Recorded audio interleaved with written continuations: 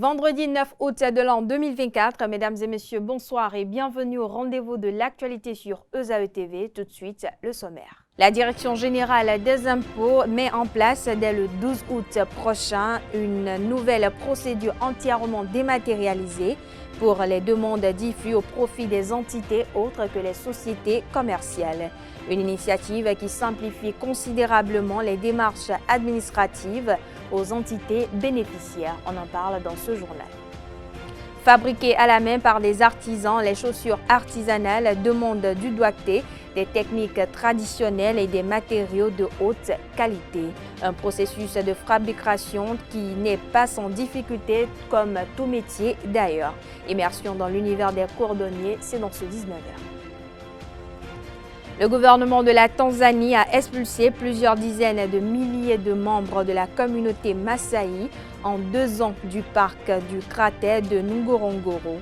Alors que ce vendredi 9 août marque la journée internationale des peuples autochtones, le gouvernement n'a pas impliqué les populations Maasai dans ces relocalisations. On en parle dans un instant.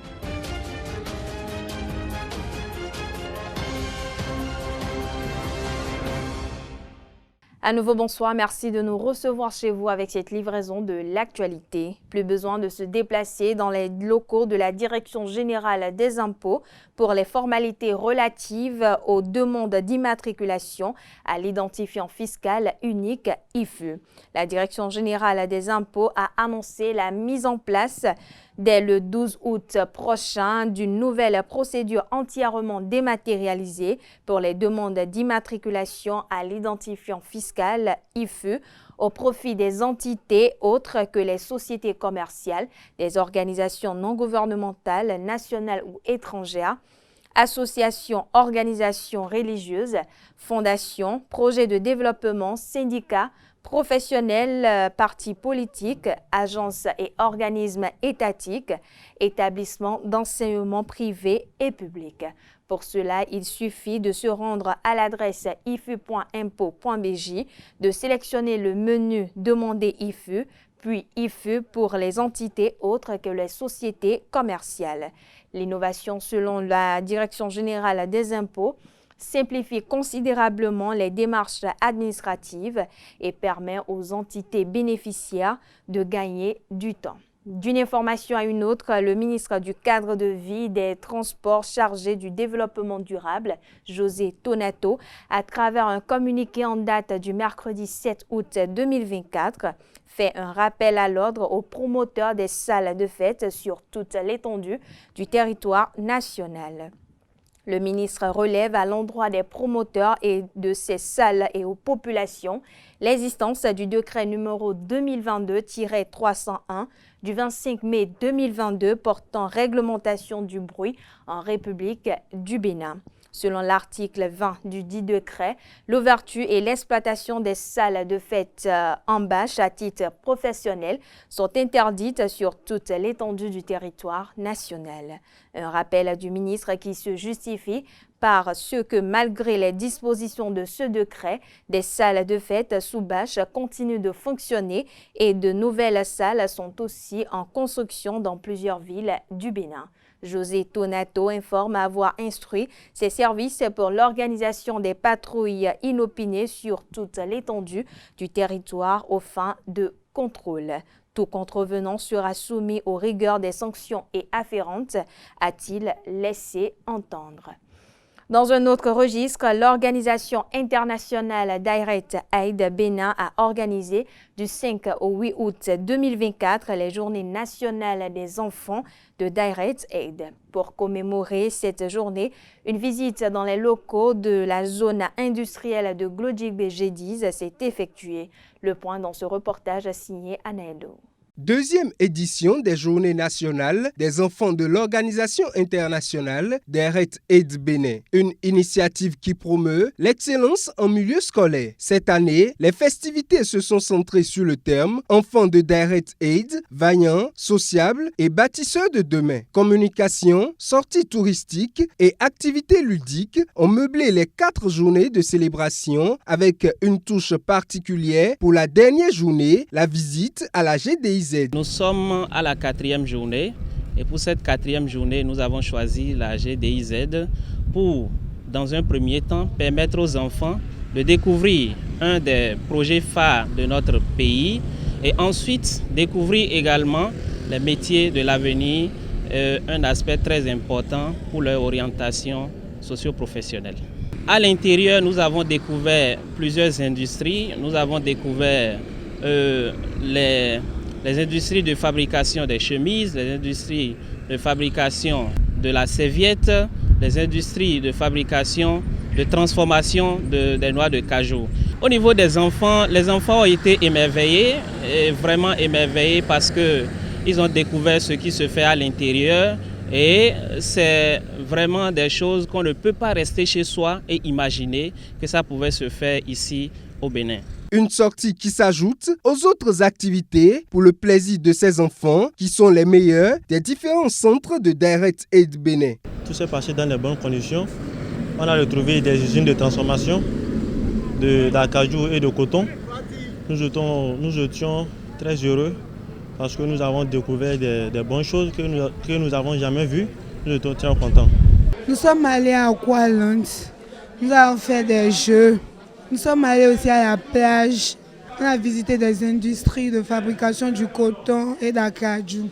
Cette sortie à la GDIZ vient mettre fin à cette 2e édition de ces journées. Des attestations de participation et des cadeaux ont été offerts aux enfants. Direct Aid Bénin ne se lasse pas de promouvoir l'excellence, socle d'un développement sûr et durable. L'Association nationale des communes du Bénin ANCB, en partenariat avec le réseau des ONG pour les objectifs de développement durable RODE, a procédé le mercredi 7 août dernier au lancement du bulletin communautaire de performance des objectifs de développement durable, dans le secteur de l'éducation au Bénin. C'était à la salle de délibération de la mairie de Cotonou. Reportage signé Aneldo. L'atelier de formation des parties prenantes sur la démarche d'élaboration du bulletin communautaire de performance des objectifs de développement durable dans le secteur de l'éducation a démarré officiellement à Cotonou. Ce programme a plusieurs avantages pour les citoyens. Le bulletin communautaire de performance est un droit pour chaque citoyen. Il contribue au bien-être économique et social des populations au même titre que l'éducation et la santé. Le renforcement des capacités de nos administrations publiques, la cartographie des goulots d'étranglement, dont l'étude sera révélée à travers le plan conjoint d'amélioration des services, je veux nommer PECAS, notamment dans le secteur de l'éducation, permettra l'élaboration d'une politique de prévention, l'élaboration de plans d'action et la vulgarisation des outils permettant une meilleure sensibilisation des acteurs impliqués. Cet outil qui a pour vision d'accompagner et de suivre les politiques et programmes de développement va permettre d'améliorer la qualité des services publics. En plus d'être un outil de redevabilité, le BCP facilite l'entente et la compréhension entre les prestataires et les usagers ou bénéficiaires des services publics autour des défis à relever. Il contribue également à l'amélioration de la gestion, de l'accès, de la qualité des services et par conséquent de la prestation générale des services. Son élaboration ici à Cotonou contribuera, j'en suis convaincu, à accélérer l'atteinte de nos objectifs que nous nous sommes fixés dans nos différents documents de planification. Je vous exhorte donc, Monsieur le maire, à ne ménager aucun effort pour la mise en œuvre efficace et intelligente des activités. De véritables opportunités pour la ville de Cotonou. Il est important que nous définissons les stratégies à mettre en œuvre à partir du rapport diagnostic qui nous sera présenté. Il est aussi important que chacun de nous soit davantage informé et formé sur la question afin d'y veiller dans nos politiques et plans à partir des différentes stratégies retenues pour atteindre ces cibles prioritaires. C'est dans ce cadre que le présent atelier nous réunit pour faciliter l'accélération de la mise en œuvre des dites cibles prioritaires à Cotonou. Le BCP ODD 4, mis en œuvre par l'Association nationale des communes du Bénin, en partenariat avec le réseau des ONG pour les objectifs de développement durable, RODE, va considérablement améliorer la politique éducative du Bénin. Je l'annonce au sommaire de cette édition, fabriquées à la main par des artisans, les chaussures artisanales demandent du doigté, des techniques traditionnelles et des matériaux de haute qualité. Installé à Gbedjromende, Séraphin Boyou présente le processus et les difficultés de ce métier. Immersion dans l'univers des cordonniers dans cet élément, réalisé par Quentin Amoussou, Yasmina Tumboto Hassani et Elvik Ombeto. Ajuster le cuir et fabriquer les chaussures fait partie du quotidien de Mano de Dios.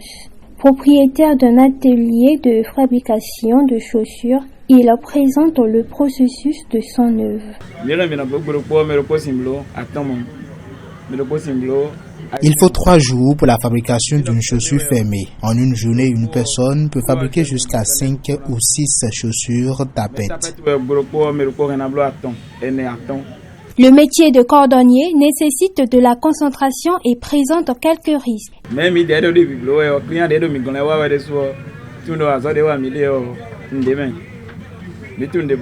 Nos clients savent ce que nous faisons comme travail. Comme risque, nous pouvons citer les maux de rein, le rhume, la fatigue ainsi que d'autres blessures à la main.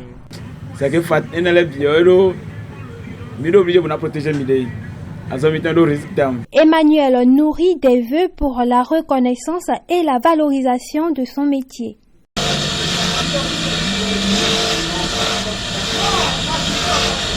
Le tutoiement est défini comme le fait d'user de la deuxième personne du singulier pour s'adresser à quelqu'un par opposition à vouvoyer. En Afrique, il est de coutume de vouvoyer ses parents, mais dans certaines coutumes, comme en Europe, il est permis par contre de tutoyer les parents. Tutoyer une personne âgée est-il forcément signe de manque de respect? Vouvoyer une personne âgée empêche-t-il réellement le manque de respect? Élément de réponse dans ce propos recueilli signé Francis Farami, non Serine Fatumbi et Quentin Amoussou.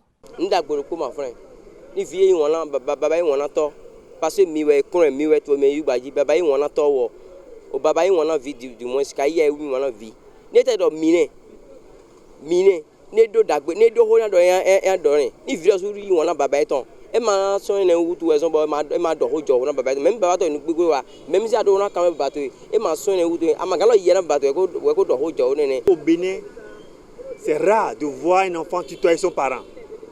Si c'est pas que je dirais que les manières de faire ont changé un peu. Il y a d'autres qui préfèrent les occidentaux et dans des foyers maintenant, vous allez voir que l'enfant tutoie ses parents, tout ça là. Sinon au Bénin, selon notre tradition, c'est que tu dois vous voyez tes parents. Il n'y a pas, même à commencer même à partir de tes grands frères, grands soeurs, tu les vous vois. Vous comprenez un peu? Et ça là, ça donne une certaine considération dans nos familles respectives.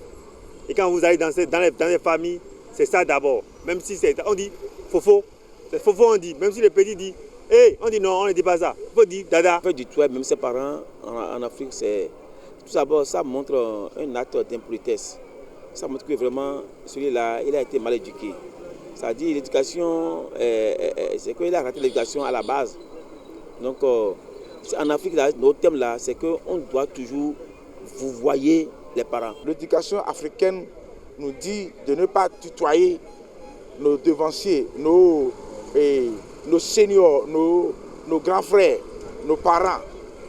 Ce sont les Européens qui nous ont appris tout ça. Sinon, moi, ma femme, pour me saluer, elle s'agenouille quelque part pour me saluer. Moi, je n'en veux pas, mais c'est de son habitude. Vous voyez, non? Donc, et se tutoyer, notre éducation a refusé. L'enfant qui a d'abord, je dirais, 5 ans, tutoie ses parents, il y a une façon de le ramener à la raison. On dit, quand on voit une personne plus âgée que toi, tu dis vous. C'est ça qu'on dit au Bénin. Donc c'est petit à petit que vous allez l'apprendre à comprendre cela. Vous comprenez un peu? C'est pas que, comme il dit ça, il faut le taper de suite. Non, non, non. Il faut l'amener à comprendre. C'est ce que moi j'ai fait d'ailleurs. Le fait de tuer ses parents, c'est... comment dirais-je? C'est européen, c'est une nation européenne. Donc en Afrique, là, ça ne peut pas se faire. Donc si même tu peux tuer tes parents d'une manière respectueuse ou quoi là, ça montre toujours comment dirais-je, que tu as été mal appris. Et puis on poursuit cette édition. La tendance veut que la femme ait une activité génératrice de revenus. Mais il y a, selon les cultures, des métiers qui font polémique. C'est contraignant de vivre avec une femme connue ou encore une personnalité publique. D'aucuns pensent qu'il n'est pas toujours facile de vivre avec une femme de nos jours, encore moins une actrice. Accepteriez-vous de vivre avec une femme actrice?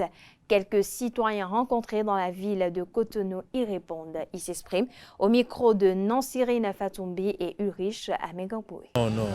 Une femme, c'est une femme. Quand vous avez une femme artiste, votre femme est ouverte à tout le public. Alors que la femme, c'est à moi et c'est fini. En tout cas, si c'est moi personnellement, non. Parce que c'est des gens, c'est des femmes qui ont de gros yeux. Si elle chante, moi je ne peux pas vivre avec elle. Une femme actrice, c'est une femme. Ça me gênera. Moi personnellement, ça ne me gêne à rien. C'est ce qu'elle fait. C'est sa vie à elle. Ça dépend. Si elle aura des contacts avec des hommes, tout ça là.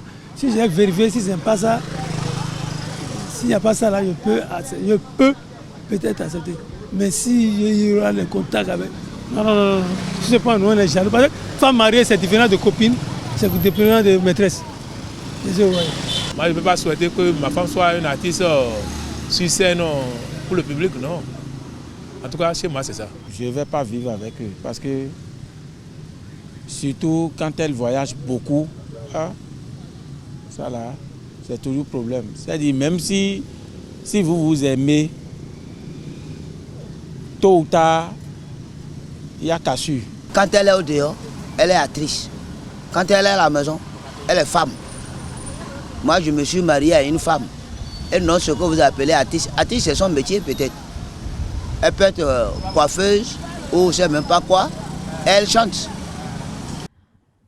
On parle toujours société. La sexualité est un facteur qui participe non seulement à l'équilibre du couple, mais aussi à son bien-être. Si pour certains, elle renforce les liens et participe à l'épanouissement de l'être humain, pour d'autres, elle peut avoir des impacts sur les affaires ou encore la vie professionnelle. Interrogés sur le sujet, quelques citoyens se prononcent et s'expriment au micro de Quentin Amonsou et Nansirine Fatoumi. Avant, moi, j'étais un grand cuisinier. Avant, j'avais trouvé la fille.